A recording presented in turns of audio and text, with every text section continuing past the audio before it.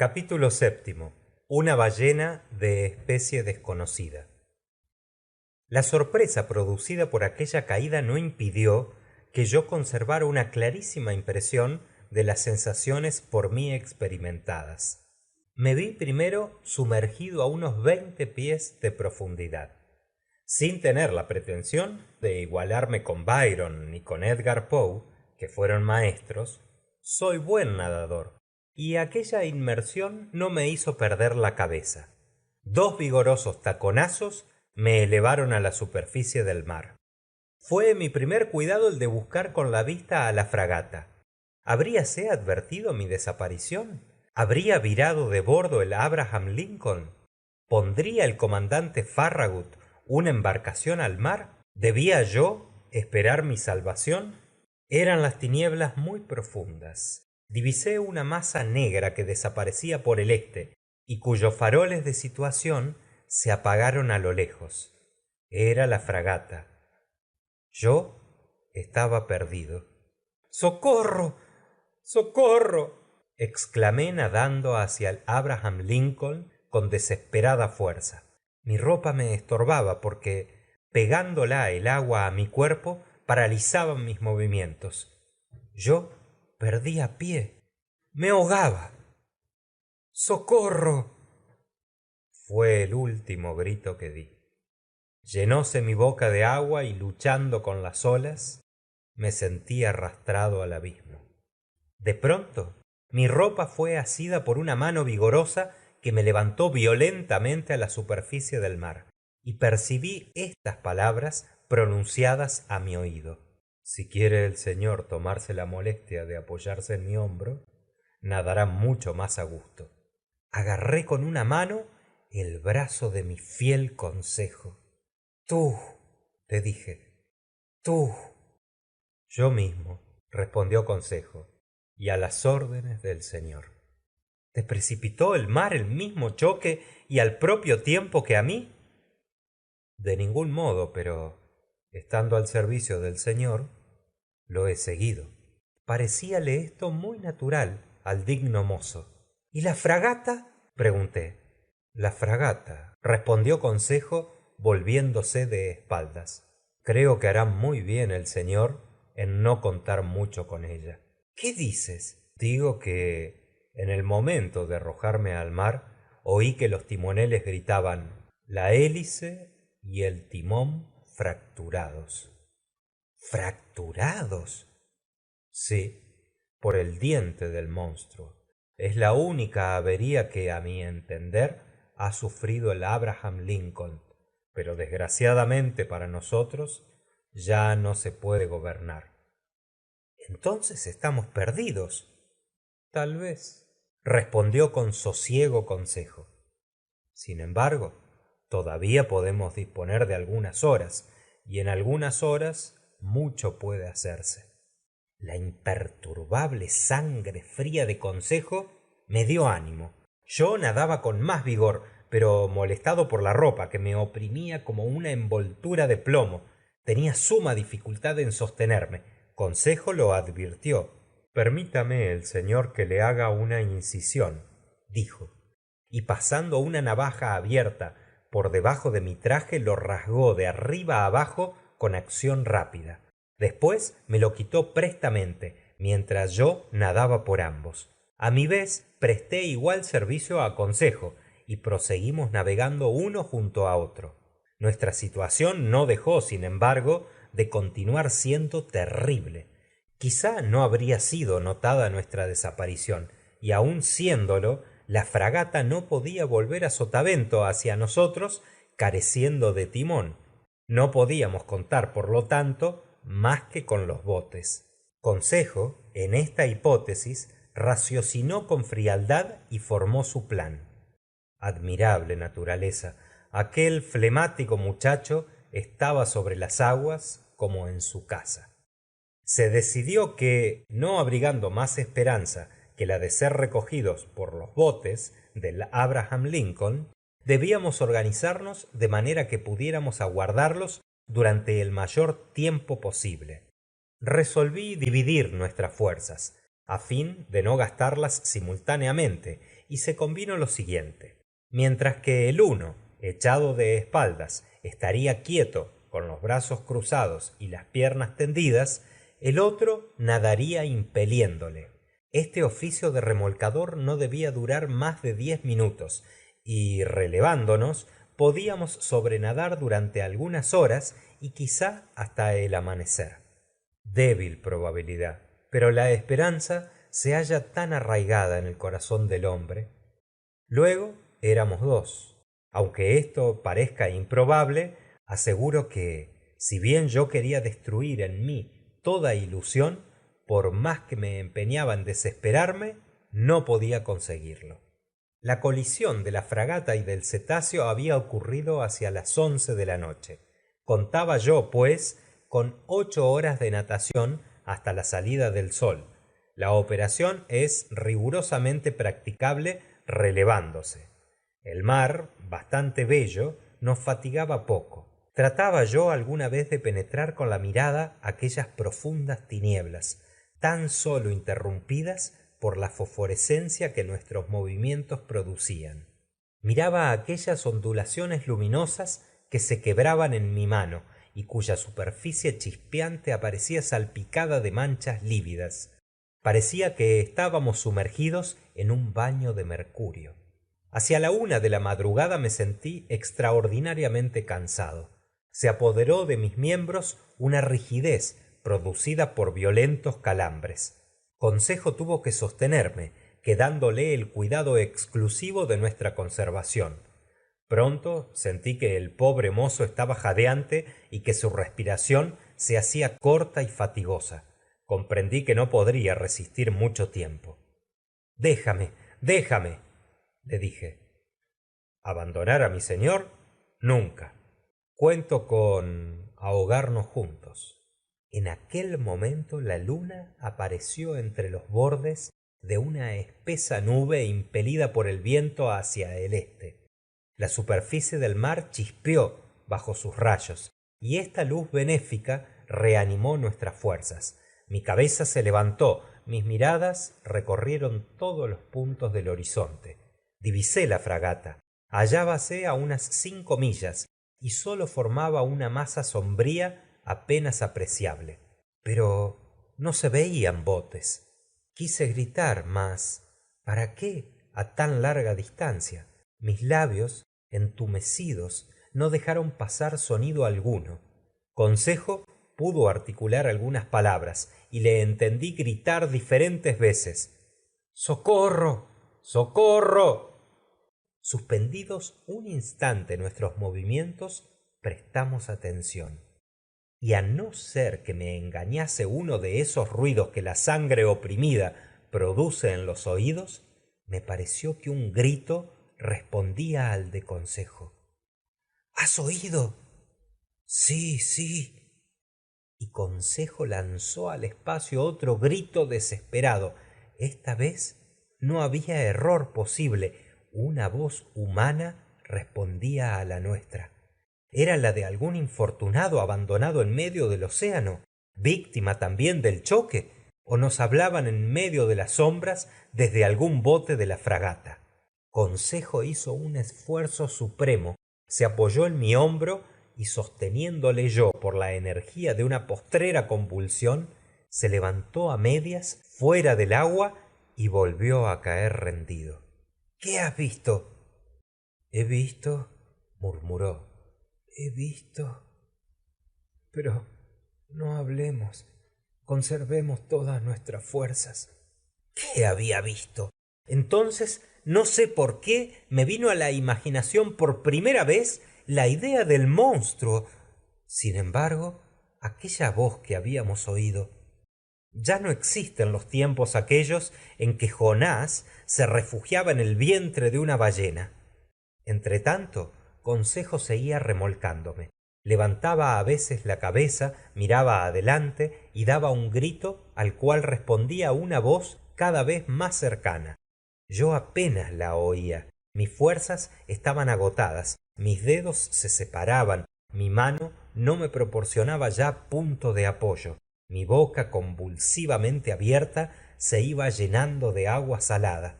El frío se apoderaba de mí.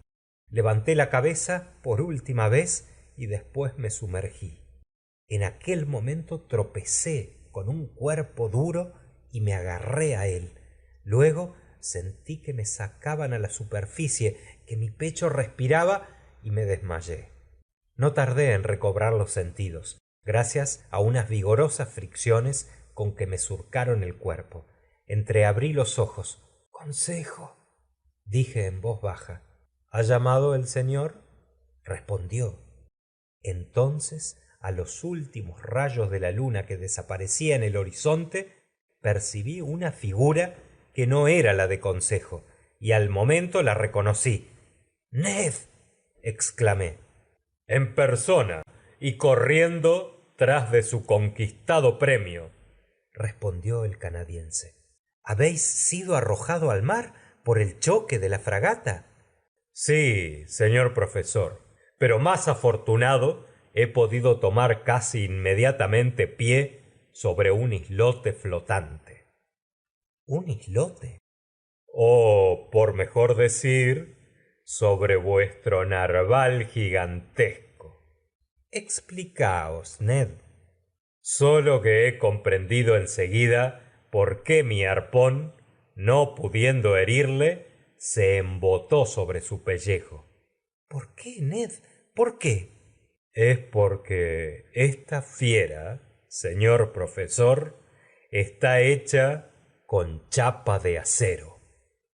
Yo necesito aquí recobrar mi espíritu, vivificar mis recuerdos y comprobar mis propias aserciones. Las últimas palabras del canadiense habían producido una revolución súbita en mis ideas. Me incorporé rápidamente sobre el objeto medio sumergido que nos servía de refugio. Lo golpeé con el pie. Era indudablemente un cuerpo duro, impenetrable, y no aquella sustancia blanda que constituye la masa de los grandes mamíferos marinos. Pero aquel cuerpo duro podía ser muy bien una osamenta semejante a la de los animales antidiluvianos, y todo quedaría reducido a clasificar el monstruo entre los reptiles anfibios, tales como las tortugas o los aligatores. Pues bien, no. El negruzco lomo que me sostenía era liso, bruñido y sin imbricaciones. Producía por el choque un sonido metálico, y por increíble que esto fuera, parecía, digo mal, estaba construido con planchas atornilladas. No era ya posible dudarlo. El animal, el monstruo, el fenómeno natural que había entretenido al mundo entero y trastornado la imaginación de los marinos de ambos hemisferios, era un fenómeno más asombroso todavía, un fenómeno de mano de hombre. El descubrimiento de la existencia del ser más fabuloso y mitológico no me hubiera sorprendido en tan alto grado. Muy natural es que todo lo prodigioso proceda del Creador, pero hallar de pronto ante mis ojos misteriosa y humanamente realizado lo imposible, era un acontecimiento capaz de trastornar la razón. No había, sin embargo, vacilación posible. Estábamos tendidos sobre el lomo de una especie de barco submarino que presentaba, en lo que pude ver, la forma de un inmenso pescado de acero. La opinión de Ned Land ya estaba formada. Consejo y yo no pudimos menos de venir a estar conformes con él. Pero entonces, dije, este aparato encierra dentro de sí un mecanismo de locomoción, así como una tripulación para maniobrarlo. Ciertamente que sí, respondió el arponero. Y sin embargo, hace 3 horas que habito esta isla flotante sin que dé señal de vida alguna. ¿Esta embarcación no se ha movido? No, señor Aronnax. Se deja a merced de las olas, pero no se mueve. Ya sabemos con toda seguridad, sin embargo, que está dotada de gran velocidad, y como se necesita una máquina para producir este movimiento, y un maquinista para dirigirla, infiero que estamos salvados. Mmm, exclamó Ned Land en tono dudoso. Entonces, y como si se tratase de corroborar mi raciocinio, se oyó cierto ruido, al parecer hervor, por la parte posterior de tan extraño aparato, cuyo propulsor era evidentemente una hélice, y se puso en movimiento. Tuvimos el tiempo preciso de aferrarnos sobre la parte superior, que sobresalía de las aguas como unos 80 centímetros. Por fortuna, su velocidad no era excesiva. Mientras navegue horizontalmente, expuso Ned Land, nada tengo que decir, pero si tiene el capricho de sumergirse, no doy 2 pesos por mi pellejo. El canadiense hubiera podido decir que menos todavía. Era, por lo tanto, urgente comunicar con los seres encerrados en las entrañas de aquella máquina. Busqué por la superficie una abertura, una escotilla, una boca de entrada, pero las líneas de pernos sólidamente remachadas sobre la juntura de las chapas eran rectas y uniformes. Por otro lado, la luna desapareció, dejándonos en profunda oscuridad.